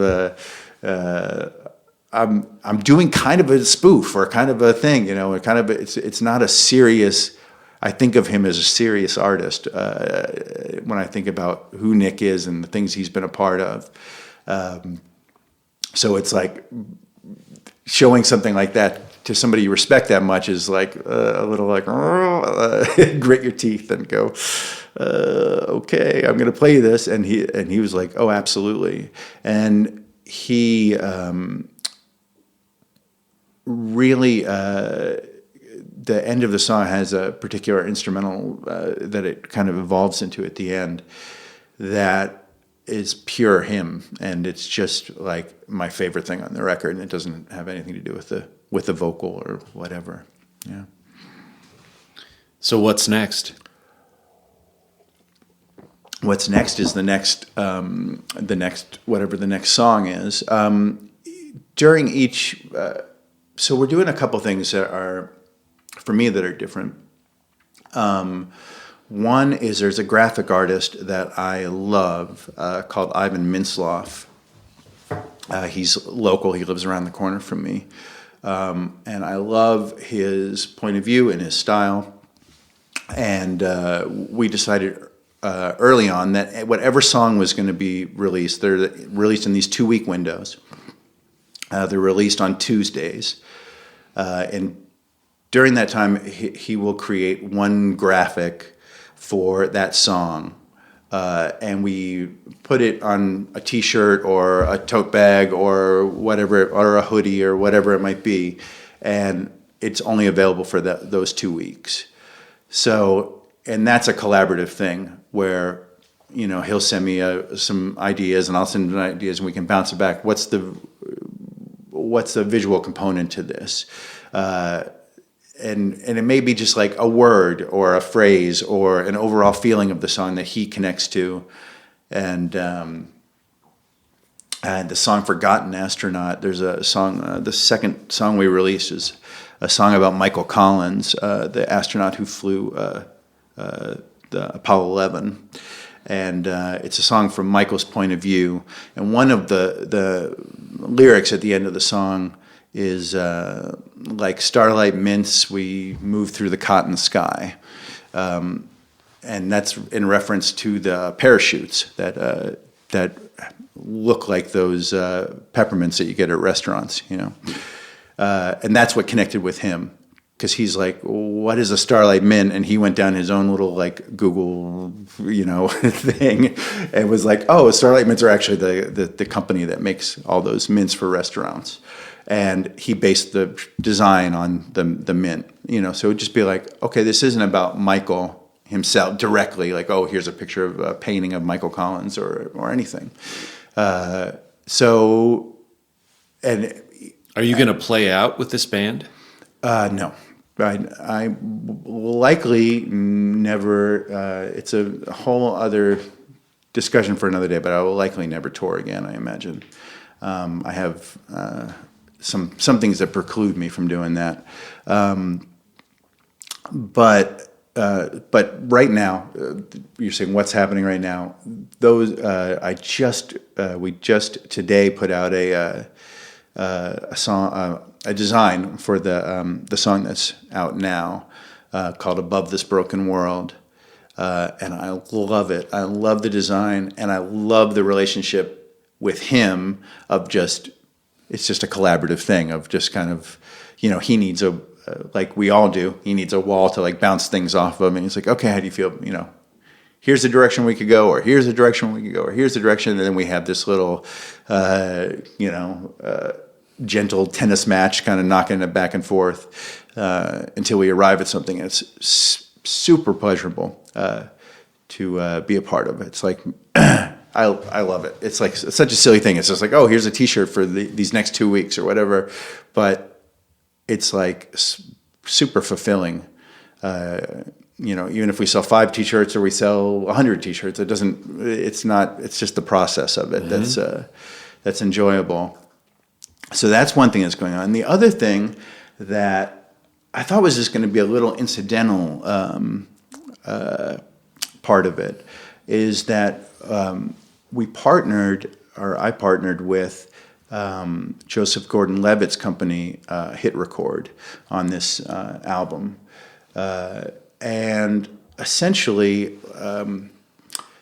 HITRECORD is this artistic community that is pretty self-contained. It all lives within their website. And all the artists that they're writers and photographers and graphic artists and animators and songwriters and all sorts of creative people across all these different modes of creation. And they basically, once you're in the community, you sort of sign away any rights to being able to monetize on what you create, because people are all collaborating together, and somebody might take something that you've written and make an animation out of it, or, you know, that kind of thing, or score it, or whatever it is. And so what they do, they came over early on before we started releasing songs. And I would do these listening sessions at my house where I played the whole album for the whole 2 albums for in one big setting with a bunch of screens all in outer space, just with the lyrics on one screen. And what they do is they take, much like Ivan does when he's creating these designs, they take a song, whatever song's coming out that during that release, and they use it for prompts to as like kind of like a diving board for people to create off of, a starting point, just to like launch, just to get you going, you know. Just like people do with like songwriting groups. I've never done it, but where you go and you say, okay, we have to write 20 songs today, or some, these little challenges, you know. So they create like a series of artistic challenges around every song that we put out. And it could be off of a lyric, like on this song, Above This Broken World, the first lyric of the song is, lift up the blinds, look out the window. That's the opening lyric. And so they'll take that lyric and say, go to your bedroom window, take back the curtains, lift up the blinds, and take a photograph of what you see and post it. That's one of the current challenges that's up there now. And so people just go to their bedroom, open the window, take a photograph, post it, and there's a whole community. And they told me it would work this way, and I did not believe them. But it's just hundreds of people just coming in and posting all these different photographs from all these different perspectives off of just one simple sort of question or launching point, you know. Or you could take that same lyric and say, go to your bedroom window and look out the window and start a short story from what you see. Somebody walks by with a dog, and you write a little story about that person on their day. It could be very short, a couple paragraphs or whatever. So that would be one of the things they do. And the other thing they do is they ask me to give them tiny snippets of whatever song it is, of some piece of audio. I'm always a little hesitant to give out anything Nick's contributed. I'm sure he wouldn't care, but I'm always like, I don't know if I should just be like cutting off like your guitar parts and giving them to people. But I do it with my parts, so I'll take a vocal of mine, or there's a choir on every song on the record, so maybe like a vocal, the choir's vocal, or a little synthesizer part that I have, or a little bass line or whatever, and it could be like 3 seconds or 6 seconds or something, and they will post the little samples and just say, create a 30-second song around this, using this word or using this vocal or this bass line or this synth part. And it's completely nuts. I mean, like, it's not the world that I grew up in, so it's not something that's in my tendencies to do it. But there's a whole world of people out there that just want just something to get them out of their rut that they're in, you know, and or just use, you know, the really nice part about it, and I think that you could, or any musician or artist can connect with, is that I think we're all looking to get outside of the people that listen to us or follow us just a little bit, to get somebody new to come along and go, oh, I'm going to listen to you sing this ninth configuration song and have no judgment from your past work, no context, right? We all want that, because you're thinking, I'm just becoming who I am. I've just discovered this new part of me, and you want somebody to go, either they like it or they don't, but they're not judging it on, they're not comparing it to something you did 25 years ago. Yeah, it's this, which was funny with the really nice people that follow me. There's always been to me, I find it really humorous. They always there's a real connection with myself and the Moog synthesizer, and so like people are like always kind of judging the albums. Does it have enough Moog? Is it predominant enough? Are the Moog lines played in the way that they want them from 25 years ago, or something like that? But are really passionate about the Moog and our connection with the Moog, you know. Did you find a Moog in a dumpster? Is that the story? No. I bought them, but when they were very inexpensive, right? When they were not a sought after thing. Did that factor into the decision to work with Ric Ocasek? Oh no. There's I started using this Moog, a synthesizer called a Moog Source. I used it. I still use it to this day. It's one of the through lines through all the albums. I still adore it's like unique quality. But Tom Grimley, who produced Return of the Rentals, had one in his studio when we were working. Okay. And we were listening to a ton of Gary Newman at the time, and ELO, and we were sort of thinking about trying to make this the record the songs that I worked on, kind of producing them in a way that like funneling through those two things. And so he really influenced me quite a good deal on that. And he had amazing stories about Gary Numan because he was a little kid in the Gary Numan fan club and got to like wait. The best thing he ordered. This is one of my favorite stories is that he ordered a Gary Numan T-shirt on his website, when you would have to like mail it into the fan club and whatever, and the shirt never came. It had been lost in the mail or whatever, and his mother, he was just a young little Tom, the little boy, and his mother writes to the fan club saying, "Hey, I ordered this shirt for my son and it never came," and And there was a phone number, and she calls the phone number and said, "Hey, I never got this. We never received our T-shirt. I paid good money for this thing or whatever."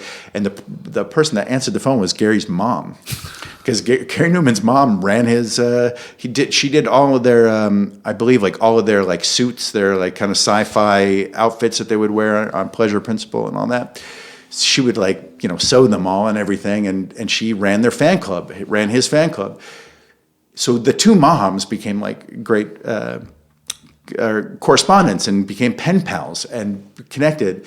And so when Gary was coming to town, probably around, I'm losing it right. The last record he did in that kind of mode, Telecon, probably around Telecon, and she's like, "Oh, do you want to go see Gary?" And they invited them to meet him at the airport, and they actually went onto the runway because Gary flew his own planes. Wow! And so he got to like be on the runway and see his hero fly his own plane and land it and come out of a plane like that. If that's not a superhero, I mean, like imagine what that does to you as like, I mean, it's like Santa Claus coming in or whatever, coming on the sleigh.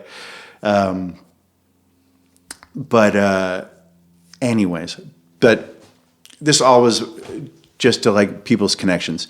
I was trying to say that you're looking for people that are just listening to your work or reading your novel that aren't judging it against your past creations. And that's exactly what the HITRECORD community does. I mean, I don't think I would say 99.9% of the people that are contributing to it and taking a lyric and writing a poem off of it, or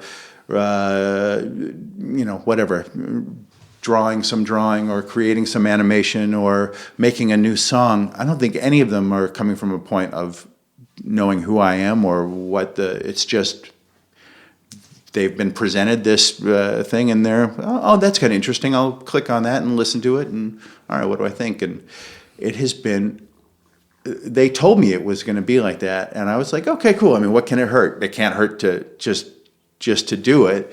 Was my thought about the record is the songs are a solid thing. They are a rock, and nothing is going to destroy what Fridman made or Nick made or Ronnie's drums or whatever it is. We set out to make something, and it is a solid, tangible thing. So I was like, well, they can just do it whatever they want, and I don't have to micromanage any of it. I can just sort of give them my opinions, and they can take it wherever. And that part of creativity for me has been so like therapeutic and amazing, because you don't control it. You don't control what they write. You can read some poem that somebody wrote and go, oh God, that's rough, and go, that, it doesn't influence or color the actual thing.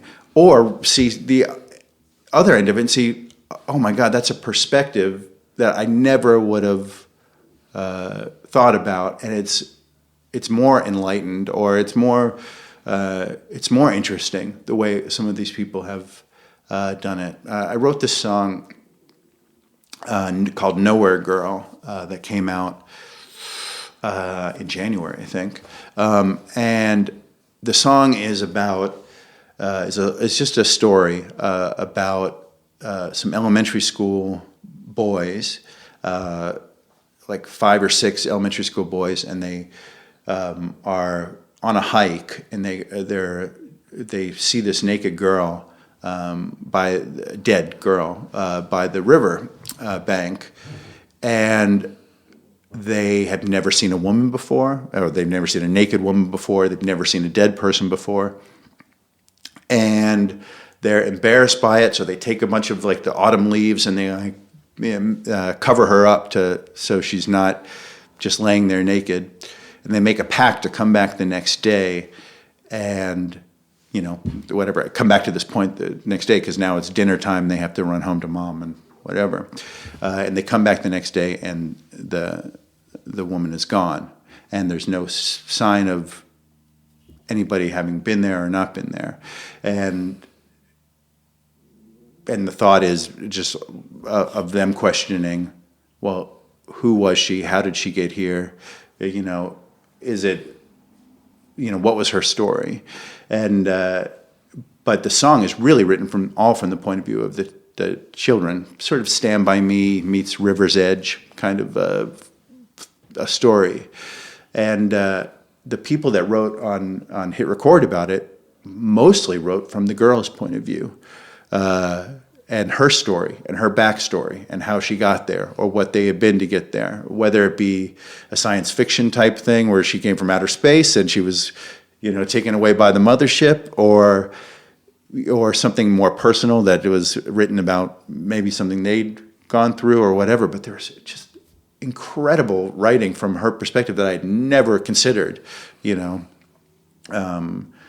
So I don't know. It's just, and they told me that that's how the community would work, and I was like, okay. But like, I just didn't think, I didn't think it would be as rich and as interesting as and unlike anything I've done before. It's just it's pretty outstanding. So I mean, you can check it out. It's HITRECORD.org, and if you just put in Q36, which is the name of the album, all of these different, because we don't have them, I don't think they're going to, because they close them out, a lot of these challenges. They say you have 1 week to do blank, whatever it might be, whatever the challenge is. I think for the most part, we've left all the challenges open until the album comes out.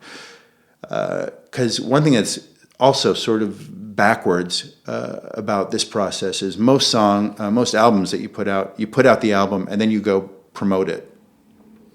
And we're doing that in a completely reverse order, where we're basically promoting it until it comes out, and when it comes out, it's over. So the end of the line is actually the release itself. And I think when the album comes out, the various challenges will stop. But every one of the songs so far has probably like somewhere between 6 to 12 challenges, like per song, and there's like a whole rich, weird world of I don't know, whatever. Maybe we should put this conversation on there and see what people do with it. Have them edit it. Yeah. They'll probably have a tough time. Well, Matt, thanks so much for being here, and come back sometime for some charcuterie and poetry reading. Yes, I'm in. I will bring a turtleneck and some incense or something. The Trap Set is produced by me, Joe Wong, along with Chris Karwowski, who also edits the program. Follow us on Twitter, Instagram, and Facebook at The Trap Set, and visit our website, thetrapset.net, to subscribe to our show for free. If you enjoyed what you heard today, please donate to our show. If you can't afford to donate, please tell a friend and give us a good rating on iTunes. Send your feedback and guest requests to thetrapset@gmail.com.